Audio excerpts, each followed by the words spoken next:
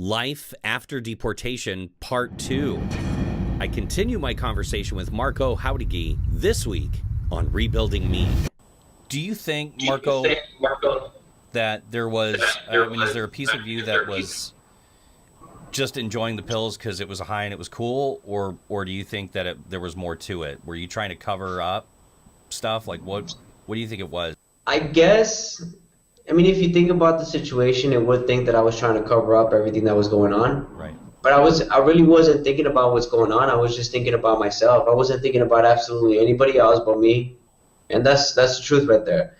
Just escape, just a different mindset, just kind of disconnects from all the stress and everything feels possible, man. That's why there's such a big crisis right now. Limitless. I don't know if you ever seen it. Oh yeah, absolutely. The same thing. You take one and everything brightens up. That's how I felt. It's an amazing feeling that you don't want to come down from. Of course not. So how did you get into the call center business? Was that here in Arizona, or was that when you were in Mexico? No. I actually, after all that happened over there, I went to a rehab center, which, I didn't need it. I just needed to get the hell out of that environment. That's all. I went just to one appointment. They tried to give me other pills, and I was like, no. I don't want screw that.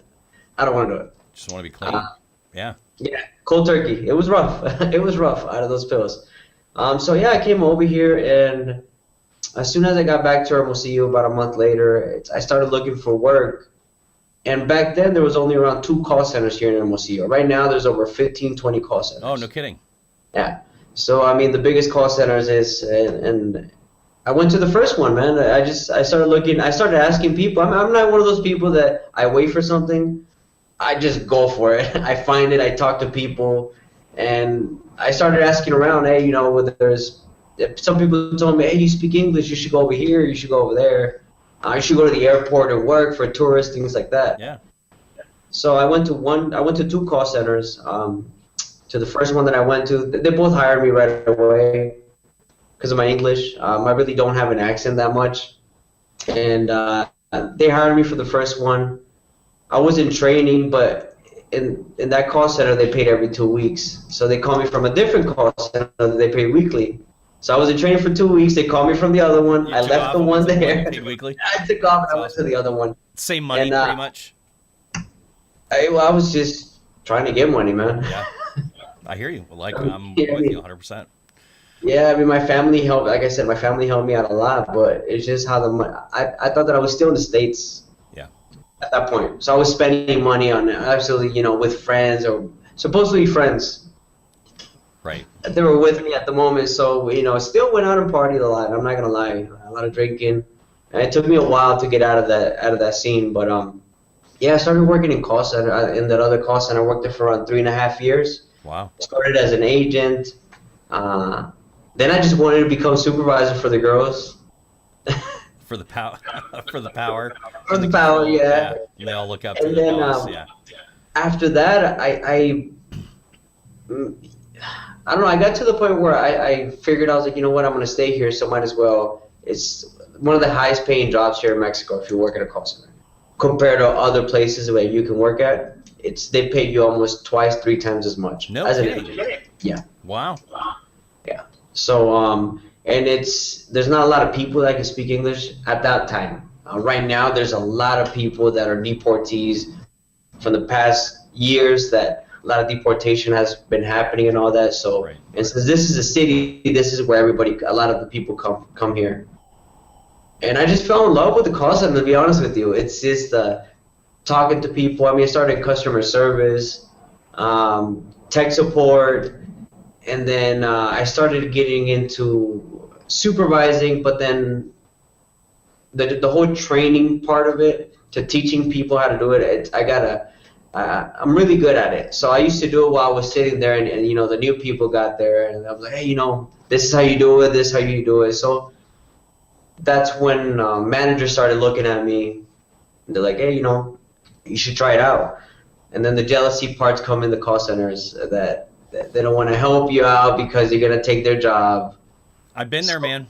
Look, I've been at those locations where you might be there for a shorter amount of time than people. And look, obviously you're good at what you do, right? Based on your current position and where you're at. So Right. it started, I'm sure it started, early on for you, and you probably went through the same thing, or at least sounds like we, have a similar story that way. But people come unglued, man, when they've been there for 4 or 5 years, and you've been there for like 5 minutes, and you start lapping them like they don't know how to deal with it, and that's unfortunate because a lot of us go through life and then we start to get afraid, right? Because we don't want to step on eggshells and all that. We actually do ourselves and everybody around us a disservice because we're not giving them 100%. So did you run into that? Did you have to kind of pull the reins back a little bit, or did you just keep moving forward? To be honest with you, no. I pushed forward. Yeah. I mean, it got me into some trouble in call centers, in the call center itself, but I just pushed forward. It's like, I'm not one of those people that are, first of all, I'm not going to stay quiet if I see something. If I'm better than somebody else at something, I will do it. Just like I tell everybody who I train, man, if anybody wants to go for a position, let us know, let management know. I'm here as a training developer, which I help develop supervisors as well. So I'm able to spot out the talent. And even as a trainer, I let them know, if you think you're a better trainer than me, I'll welcome the challenge. It's going to make me work harder. That's all. That's exactly right. Well, and here's the deal. If you can actually reproduce yourself in others as a trainer, and you start elevating the whole team, as one of the members of leadership, there's no choice but for you to get elevated as well. That's when we all right? When we all rise, then we all benefit. So it's nothing but good stuff. That's cool that you caught that. And that was, how old are you when this is all going on, when you're starting 30. When this was happening, when I got to Mexico, I was 22, 23 years old. Yeah. So once I started, you're figuring this stuff out. Like, that's cool. Yeah, it's once I started figuring out the whole supervisor, being a trainer, that I really wanted to be in call centers, around 25, 26. So I'm still partying a lot, especially in call centers, making good money every Friday, going out, but meeting a lot of people. And the good thing that a lot of the people who I met out here, which are still some of my best friends, they're in management positions now. We all started as agents. We all started just working just to go out. And then I don't have kids right now. Right.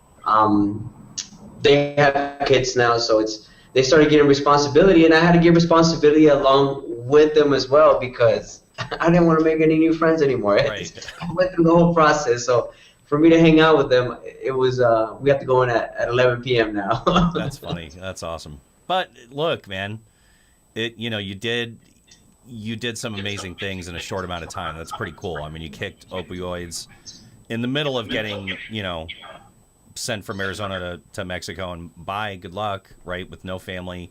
So what has that been like the last, because that's now went to 9 years 9 years.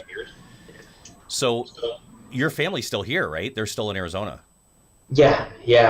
All of my sisters, my brothers as well, they all have their families over there. My nieces, they all I have a 22-year-old niece. She's getting married now in April. I won't be able to be at her wedding either. That's they're all in college right now. It's been rough, man. It's been it sucks. Yeah. How do you even deal with that? Like, look, man, if I was cut off from everybody and just dropped in a new location, I don't know that I would handle it real well. But I've never been afraid of new locations. But I've never been away from my family for so long. Yeah. So in the beginning, it was kind of like, I'm tired of them telling me what to do. I'm going to do this on my own. But family is everything that you have, and at the end of the day, they've been the only ones that have always been there for you. Right. So how do you move forward now? Like, what does it look like for you? Is there potential for you to come back to get reunited with your family, or they got to come down and visit you down there? Some of them are able to come down and visit me. Right now, they're able to be over there, but not to travel out of the States. Gotcha. Except for my nieces. They're all born over there, my nieces and nephews. So they come down here whenever they can, Right. My mother, she comes back and forth. She has a visa. But it's... At some point, I did want to go back, but I'm gonna go back and I'm not gonna do what I love because I can't do it over there. I need, I need to be legal over there in order for me to be able to work in this. And I know there's a big industry over there in the States, in call centers itself. In Mesa, specifically. Yeah. It's like 13.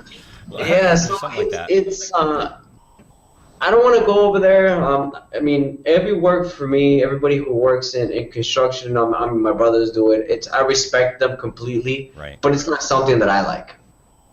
Plus, it's 120 degrees when you're doing construction out here. I couldn't do it.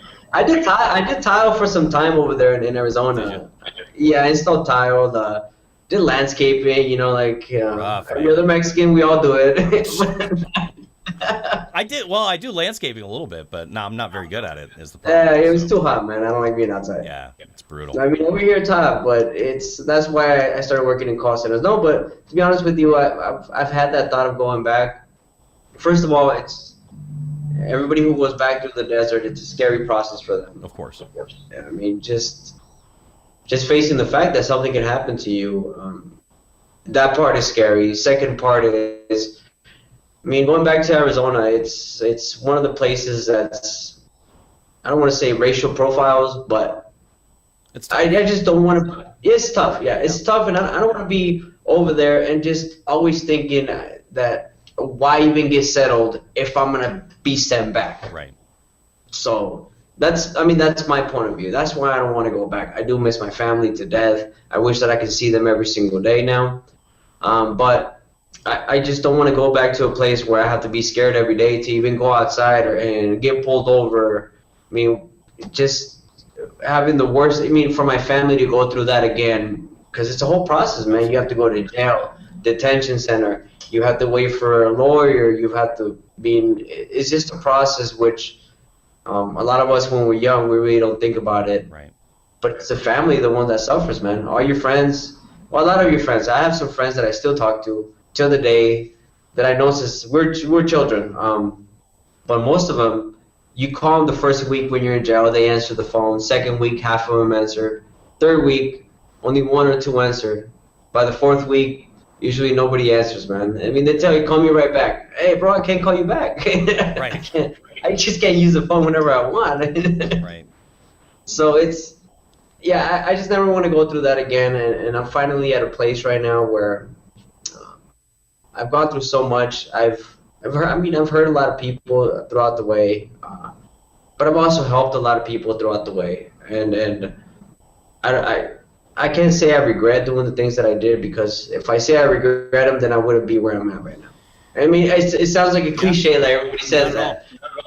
Look, the journey sometimes it's important to go through those things, right? Because now you do have that story to tell. I think that's a lot of the reason why I wanted to talk to you, because, and you also shared with me, some really deep stuff with your family, with loss. That if you're comfortable sharing it, I mean, feel free. Because that's the stuff that you can't. I can't imagine being separated from my family and not being there during some of those tough times. What was that like for you? My sister's always had diabetes almost her whole life. My brother gave her his kidney around 8 years ago. So they had to do a kidney transplant in California, which my brother was going back and forth from Arizona to California because of Medicare and Medicaid. They wouldn't give it to an illegal immigrant in Arizona, only in California. So she had to go through dialysis and all that. So my brother was driving back and forth for my older brother. Like I said, he's our angel, man. Yeah. Him and my mother. And he was driving back and forth 2-3 times a week, 13 hours, all the way to San Francisco so she can get dialysis until it was becoming too expensive. So he decided to move with her over there. And she was just suffering a lot. And she had a stroke, not this past November, but the year before that. I remember, actually, I was getting off of work, and I was talking to her. She was at the movie theaters. Next thing I know, my brother calls me. He's like, hey, your sister's in the hospital. She had a stroke. And she went into a coma for over a month. She got out of the coma, and she started going through therapy, but she kept falling back. She wasn't able to get out of it until she was just suffering too much, and they put her in hospice, basically. This was it. For November, December, January, February, they put her in hospice. Her birthday's on the 12th. I'm sorry, her birthday's on the 12th, yeah, and she passed away on the 10th of February. So it was just recently, it was her year anniversary, and during the whole hospice process, it's went through a rough time.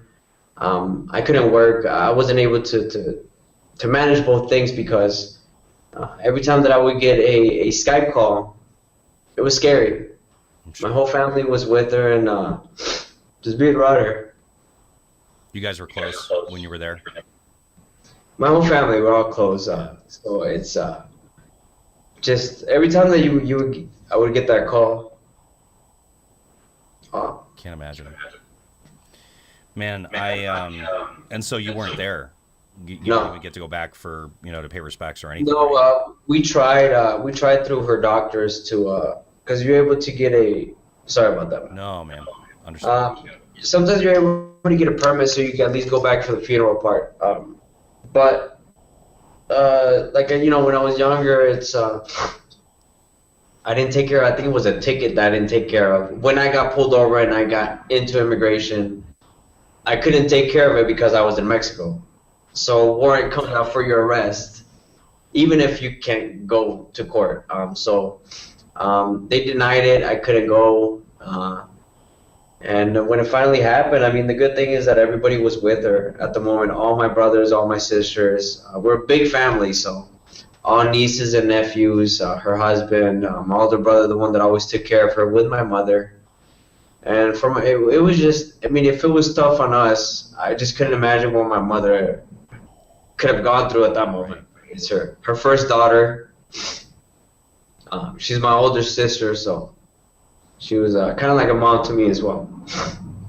Man, I'm so sorry, Marco. That's such a heartbreaking story, man. I mean, just that piece alone. If I knew nothing else about you, that my heart just absolutely goes out to you and your family, dude, to have to go through this stuff and not be together.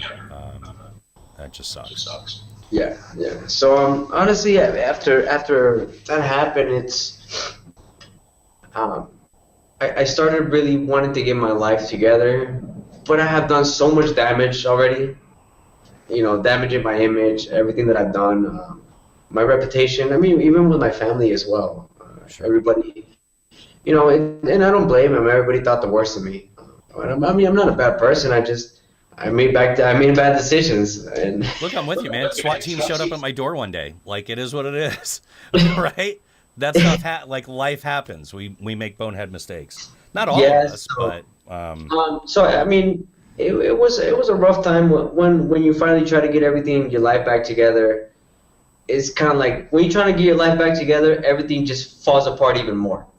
Seems like it. When you really hit rock bottom, when you strip it all back, and you go, all right, what's left?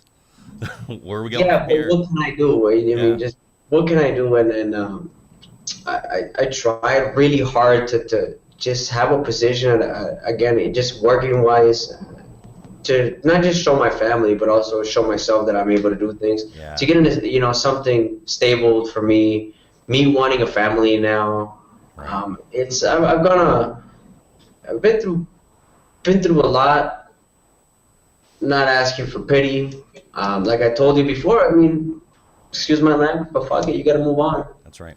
Part of life. And it's finally decided, I'm like, I got to find something that I really want. And that's when I decided, you know what, I want to be a manager of a call center.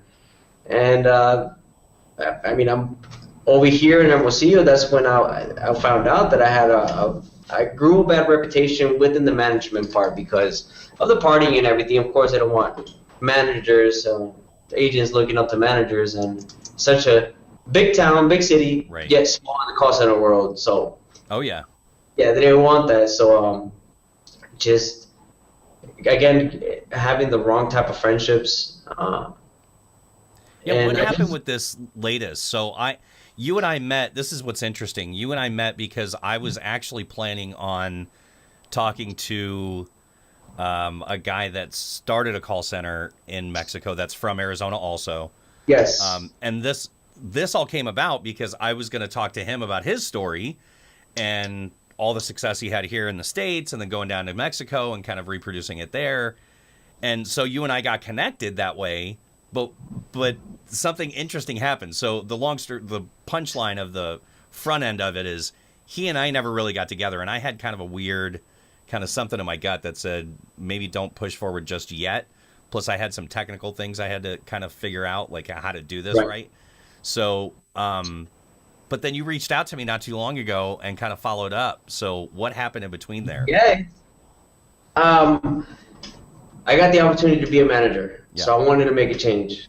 I really wanted to put all my skills into one thing. Once you're a manager, you put all your skills into one thing, and you have to figure everything out. So, I mean, I saw an opportunity. I saw a call center that used to be successful, yet it wasn't successful anymore. Management, wrong people that he also had in there. I didn't know him before, but I moved to Rocky Point to get an opportunity. Wow. Yeah, I moved all the way out there. I crashed with a buddy of mine over there. I didn't know Rocky. I mean, the last time that I went, when everything happened, when I first came to Mexico, so I just had this bad image of Rocky Point. But honestly, I went over there to work and to get an opportunity to, I guess you could say I wanted a fresh start somewhere else where nobody knew me. That was mostly what it was. And, I got together with this guy, and he's like, oh yeah, we're gonna do this and that. So I was kind of like starstruck in a way that an owner of a call center was talking to me, and he was telling me his success stories and all that. But who am I to judge? Who am I to say yes or no? So I was just seeing the front of it. Yeah, just taking it at face value, right? He's giving you a good story, and he's telling you all these great things are going to happen. And you trust that the success that he's sharing with you is real, and so look, cool, let's move forward. So I'm guessing it didn't work out.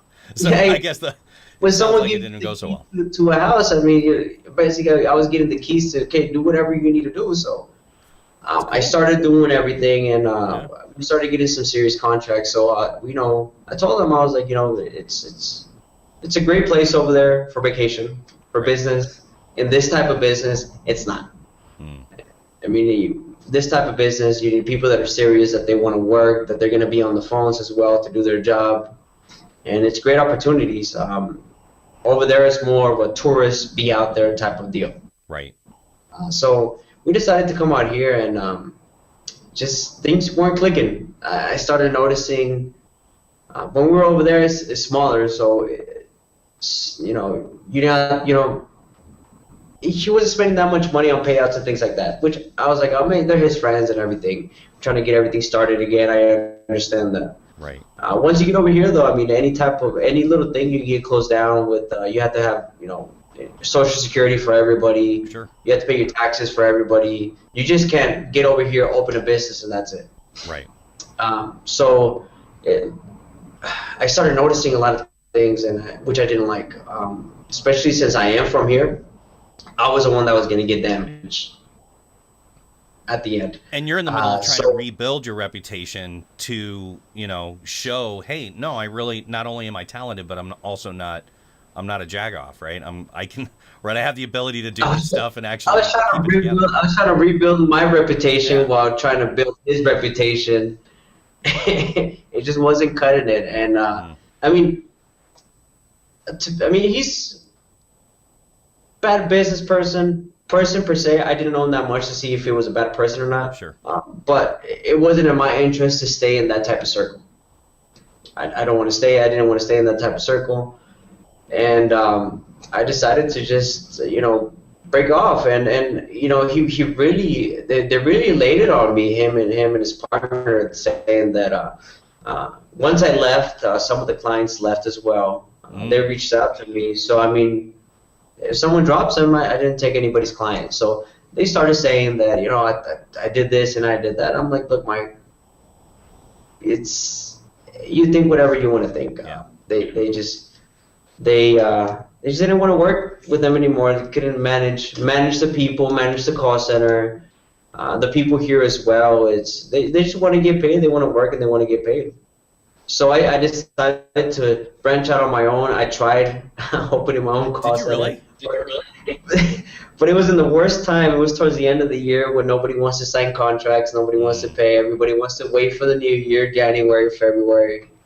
So it was the toughest months, 2 months of my life, November, December. No money at all. I couldn't ask my family because it's like basically a dog going with his tail between his legs. Going back, I was like, I want to do this on my own, and I really tried.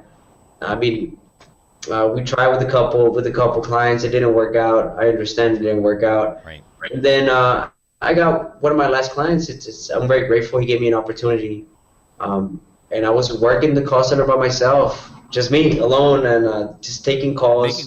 Really? Just taking calls all day. I had two partners of mine that they were great. They helped me out through a lot. We try to take this venture together. But it just, when it doesn't work out, it doesn't work out. Look, and that's not the last one.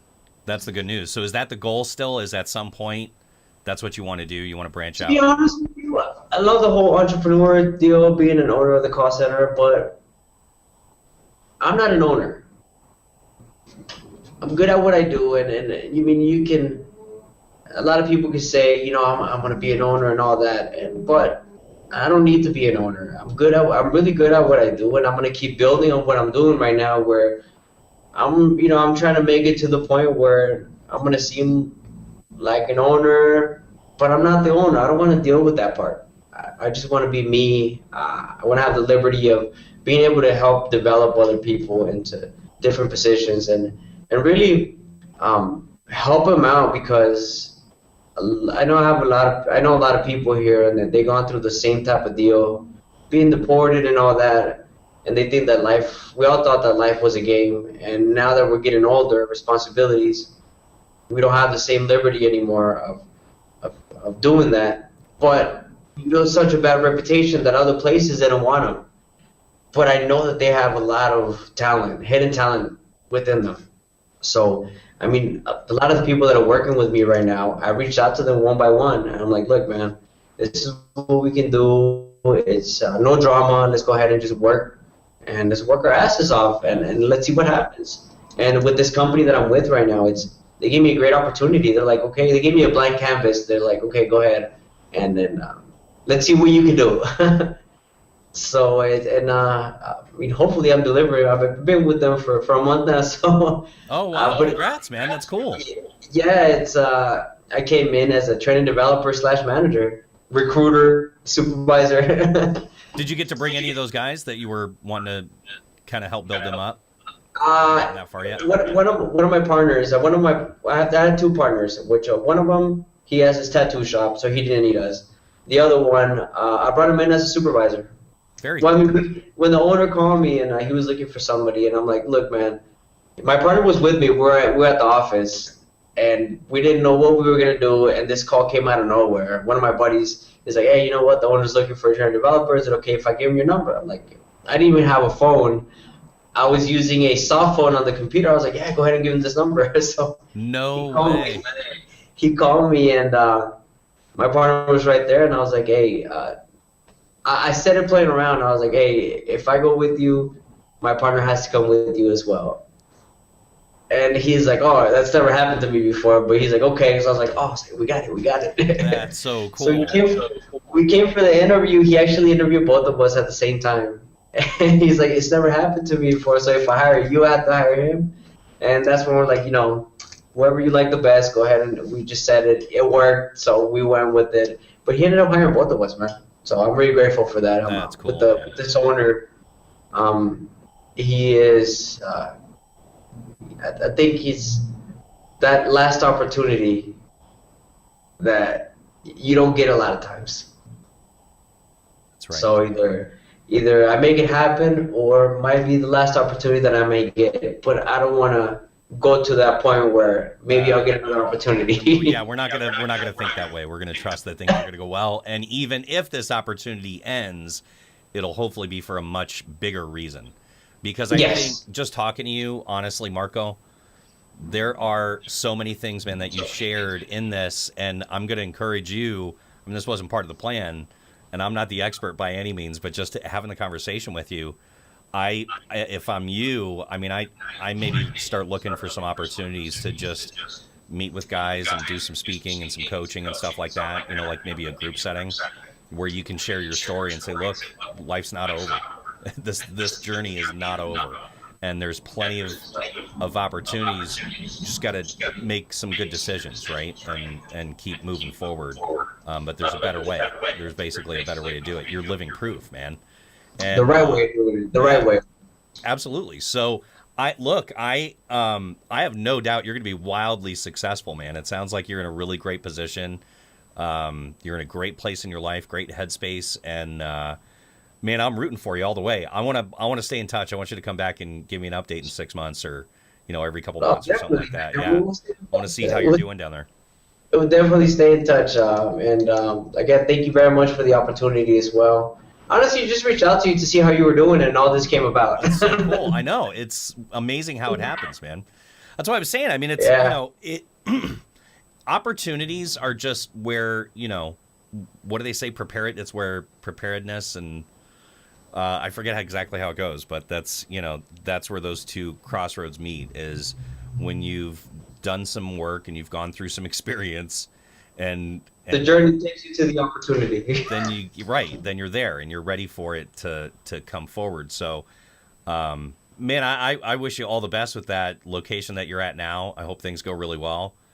I'm really interested now to see what happens in the next, even if it takes 5, 10, 15, 20 years, if you do make that transition and you decide, it's time for you to kind of take I have my 6-month plan, my 1 plan, and a 5-year plan. That's beautiful. That's a beautiful thing. So I'll see in the first year where I'm going to be, and I know I'm going to be in a great place. I have the right team behind me right now that are helping me out with everything, and I'm just going to keep going with this, man. I'm just going to give it my all. Yeah, man. When you max this place out and it's all, you grow everybody up, right, and leadership's in place, then you tell the owner, hey, I'll go and, let's go and halvesies on the next one. Maybe, right? Maybe work it that way. You never know. So, Marco, you're amazing, man.